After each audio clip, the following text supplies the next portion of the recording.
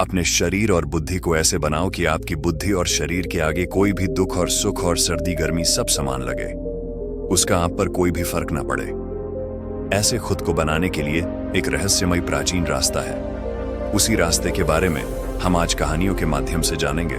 तो बिना देर किए चलिए उन कहानियों की शुरुआत। पहली कहानी, एक साधु। एक जंगल में एक साधु बहुत सालों से तपस्या कर रहा था। वह एक पेड़ के नीचे बैठकर अपनी तपस्या में मग्न था। उस जगह पर पानी की बाढ़ आ जाती है। सारे लोग इधर से उधर भाग रहे थे और यह साधु अपनी तपस्या में मग्न थे। इन्हें पता नहीं था कि पानी की बाढ़ आ चुकी है। जब एक आदमी वहां से भाग रहा था तो उसने इस साधु को देखा और इन्हें सावधान किया कि पानी की बाढ़ आ चुकी है। सारे लोग यहां से भाग रहे हैं, आप भी यहां से चलो। तो उस साधु ने कहा कि तुम जाओ, मुझे भगवान बचा लेगा। कुछ देर के बाद पानी साधु के गले तक आ गया। तभी वहां से कुछ लोग नाव में बैठकर भाग रहे थे। उन्होंने जब साधु को देखा तो उनसे कहा कि आप हमारे साथ नाव में बैठ जाओ, वरना आप डूब जाएंगे। लेकिन साधु ने फिर से वही कहा कि तुम जाओ, मुझे भगवान बचा लेगा। और वह लोग भी वहां से नाव लेकर चले गए। थोड़ी देर के बाद जब पानी बढ़ने लगा तो वह साधु एक पेड़ पर चढ़ गए। तभी वहां से एक हेलीकॉप्टर गुजर रहा था जो लोगों को बचा रहा था। जब उन्होंने इस साधु को देखा तो साधु की तरफ रस्सी फेंकी और उन्हें ऊपर आने को कहा। लेकिन साधु ने फिर से वही कहा कि तुम जाओ, मुझे भगवान बचा लेगा। और वह हेलीकॉप्टर वाले भी वहां से चले गए। धीरे धीरे पानी बढ़ने लगा और वह साधु पानी में डूबकर ही मर गया। जब वो मरने के बाद भगवान के पास पहुंचा तो उसने भगवान से कहा कि मैंने आपकी इतनी तपस्या की, इतना आपको रात दिन याद किया, आपने मुझे बचाया क्यों नहीं? तो भगवान ने कहा, ए वकूफ, तुझे बचाने के लिए 3 बार मैंने ही तो उन तीनों इंसानों को भेजा था। एक बार पैदल, दूसरी बार नाव लेकर और तीसरे बार हेलीकॉप्टर लेकर। इस कहानी से हमें यह सीख मिलती है कि भगवान हमेशा किसी न किसी को जरिया बनाकर भेजते हैं हमारी मदद करने के लिए। लेकिन हम अपने घमंड में उन्हें पहचान नहीं पाते हैं और ऐसे मौके हाथ से गवा देते हैं। तो दोस्तों चलिए अब हमारे दूसरे कहानी की शुरुआत करते हैं। दूसरी कहानी, ये गांव में एक व्यापारी रहता था। उसकी एक खूबसूरत बेटी थी। एक बार उसे व्यापारी पर बहुत ज्यादा कर्ज हो गया था और जिस आदमी से उसे व्यापारी ने कर्ज लिया था वो उसी गांव का था और बहुत ही घटिया आदमी था। तो व्यापारी उस आदमी का कर्ज चुका नहीं पा रहा था। तो उस आदमी ने सारे गांव वालों को जमा किया और व्यापारी के घर पर जाकर व्यापारी से कहा कि अगर तुम मेरा कर्जा दे नहीं पा रहे हो तो अपनी बेटी की शादी मुझसे कर दो। यह सुनने के बाद भी वह व्यापारी चुप रहा क्योंकि वो मजबूर था। और ये सारी बातें घर में बैठी उस व्यापारी की बेटी सुन रही थी। थोड़ी देर के बाद उस आदमी ने गांव वालों और व्यापारी से कहा कि ठीक है, मैं एक थैली में सफेद और एक काला पत्थर डालूंगा और इसकी बेटी को थैली में से कोई एक पत्थर निकालना पड़ेगा। अगर सफेद पत्थर निकला तो मैं कर्ज भी माफ कर दूंगा और इसकी बेटी से शादी भी नहीं करूंगा। लेकिन अगर काला पत्थर निकला तो कर्जा तो मैं माफ कर दूंगा, मगर इसको अपनी बेटी से मेरी शादी करवानी पड़ेगी। व्यापारी की लड़की इस बात के लिए राजी हो गई और सारे गांव वाली भी।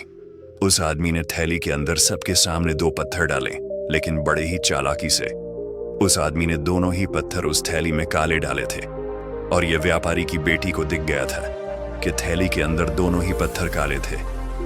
अब वह लड़की सोच में पड़ गई थी कि मैं जो भी पत्थर निकालूंगी वह काले ही पत्थर होंगे और अगर काला पत्थर निकला तो कर्जा माफ हो जाएगा, लेकिन मुझे उससे शादी करनी पड़ेगी। और अगर मैंने सारे गांव वालों को यह बता दी कि इस आदमी ने थैली में दोनों ही पत्थर काले डाले हैं तो कर्जा भी माफ नहीं होगा और यह आदमी आज नहीं तो कल मेरे बाबा से बदला जरूर लेगा। लड़की यह सोच ही रही थी कि लड़की को तभी थैली से पत्थर निकालने को कहा गया। लड़की ने थैली में हाथ डाला और एक पत्थर बाहर निकाला और बिना किसी को बताए उस पत्थर को जमीन पर गिरा दिया और जमीन पर गिरने के बाद वह पत्थर दूसरे पत्थरों में मिल गया। तभी लड़की ने सबसे कहा कि अब कैसे पता चलेगा कि मैंने जो पत्थर निकला था वह सफेद था या काला था? लड़की ने कहा, थैली में जो दूसरा पत्थर है उसे देखो। अगर थैली में सफेद पत्थर है तो मैंने काला पत्थर निकला था और अगर थैली में काला पत्थर है तो मैंने सफेद पत्थर निकला था और थैली में तो सिर्फ काले ही पत्थर थे। और सभी गांव वालों ने यह समझ लिया कि लड़की ने जो पत्थर निकला था वह सफेद था, इसलिए व्यापारी का कर्ज भी माफ हो गया और उसकी बेटी को उस आदमी से शादी भी नहीं करनी पड़ी। जिंदगी में इंसान कई बार मजबूर हो जाता है और उसके सामने जो हालत होती है उसे उसी के हिसाब से चलना पड़ता है। इस कहानी से हमें यह सीख मिलती है, जब भी आप मजबूर हो जाओ और मजबूरी में आपका कोई फायदा उठाना चाहता हो, दो इनोसेंट मत बनो, बल्कि अपने दिमाग का इस्तेमाल करो। जितने इनोसेंट बनने की कोशिश करोगे, लोग उतना ज्यादा आपको चीट करेंगे। अब इसका मतलब ये नहीं कि आप लोगों को गालियां देना ही शुरू कर दो, बल्कि इसका मतलब ये है कि आप समंदर की तरह बनो। मतलब ये है कि आप समंदर की तरह खामोश रहो, लेकिन उसकी गहराई की तरह अपने दिमाग में नॉलेज रखो। तो दोस्तों, चलिए अब हमारे तीसरी कहानी की शुरुआत करते हैं। तीसरी कहानी, जिंदगी की परेशानियां। एक वक्त की बात है, एक गांव में एक 10-12 साल का लड़का अपने माता पिता के साथ रहता था। कई सालों के बाद वह लड़का अपने दादाजी के गांव जाता है। वहां जाकर वह हर समय अपने दादाजी के साथ खेलता है। खेलते खेलते एक दिन उसने अपने दादाजी से कहा कि दादाजी, जब मैं बड़ा हो जाऊंगा तो मैं बहुत ज्यादा सक्सेसफुल बनकर दिखाऊंगा। क्या आप मुझे कामयाब बनने के लिए कुछ तरीके बता सकते हैं? हेलो। उसके दादाजी मुस्कुराते हुए उसकी तरफ देखते हैं और उसे कहते हैं हाँ, और वह उसे एक पौधों की दुकान पर ले जाते हैं। यहाँ पर छोटे छोटे पौधे मिलते थे। वहां से उसके दादाजी 2 छोटे पौधे खरीदने हैं और वापस घर आ जाते हैं। घर आने के बाद वह उनमें से एक पौधे को बड़े से गमले में लगा देते हैं और उस गमले को घर के अंदर रख देते हैं और दूसरे पौधे को वह घर के बाहर लगा देते हैं। फिर वह अपने पोते से पूछते हैं कि तुम्हें क्या लगता है, कौन सा पौधा फ्यूचर में अच्छे से बड़ा हो पाएगा? बच्चों ने थोड़ा सा सोचा और अपने दादाजी से कहा कि हमने घर के अंदर जो पौधा लगाया है वह अच्छे से बड़ा हो पाएगा, क्योंकि वह घर के अंदर हर प्रॉब्लम से बचा रहेगा, और जो पौधा हमने बाहर लगाया है उसे बहुत सी चीजों का खतरा है, जैसे कि सूरज की तेज करने, आंधी, तूफान, तेज बारिश और जानवरों से भी उस पौधे को खतरा है। उसके दादाजी ने मुस्कुराया और उससे कहा कि फ्यूचर में देखते हैं इन दोनों पौधों के साथ क्या होता है। फिर बाद वह लड़का फिर से अपने दादाजी के घर जाता है। 4 दादाजी को देखने के बाद वह फिर से उनसे पूछता है कि दादाजी, लास्ट टाइम मैंने पूछा था कि जिंदगी में सक्सेसफुल कैसे होते हैं, लेकिन आपने मुझे कुछ नहीं बताया था, लेकिन अब आपको मुझे बताना ही पड़ेगा। उसके दादाजी ने मुस्कुराते हुए उससे कहा, जरूर, लेकिन सबसे पहले हम उन 2 पौधों को देखते हैं जो हमने कुछ साल पहले लगाया था। यह कहकर दादाजी उसे उसी जगह पर ले गए जहां उन्होंने घर के अंदर पौधा रखा था। उन्होंने देखा कि वह पौधा एक बड़ा पौधा बन चुका था। फिर वह उस जगह पर गए जहां उन्होंने दूसरे पौधे को बाहर लगाया था। उन्होंने देखा कि वह छोटा सा पौधा अभी बहुत बड़ा और विशाल पेड़ बन चुका था, और उसकी जो टीनियां थी वह बहुत ही मजबूत और लंबी थी, और उसका साया पूरे मैदान पर पड़ रहा था। अब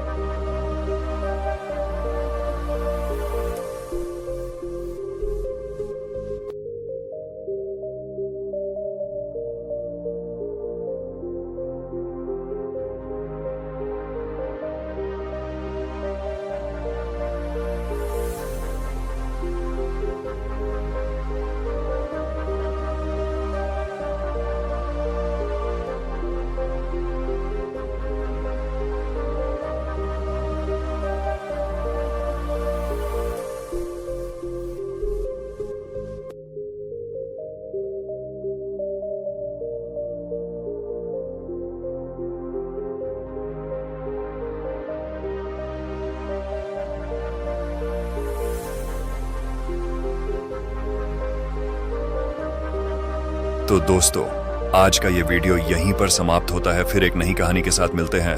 तब तक आप अपना ख्याल रखेंगे। धन्यवाद।